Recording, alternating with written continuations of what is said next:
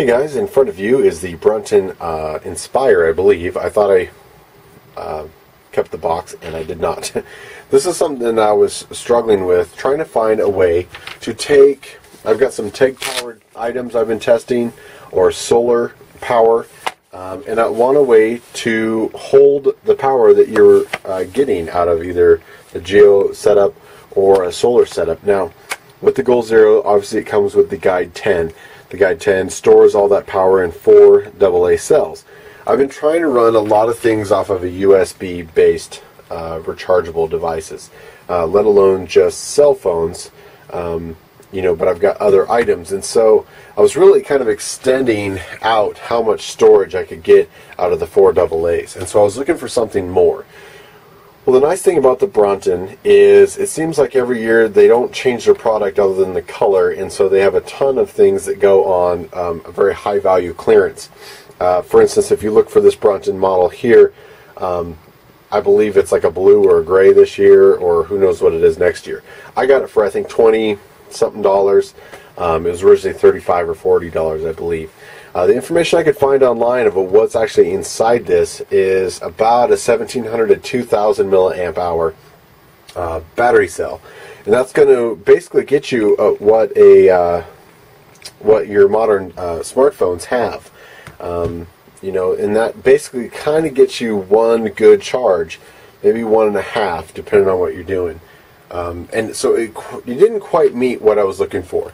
I was really hoping to kind of blow away what the Guide 10 had.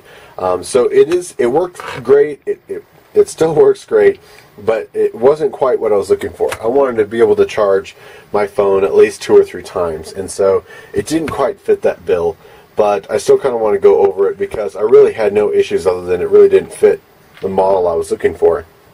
It does have a little power gauge on here. There's 4 LEDs that light up to let you know what's going on. There is a mini USB on one side.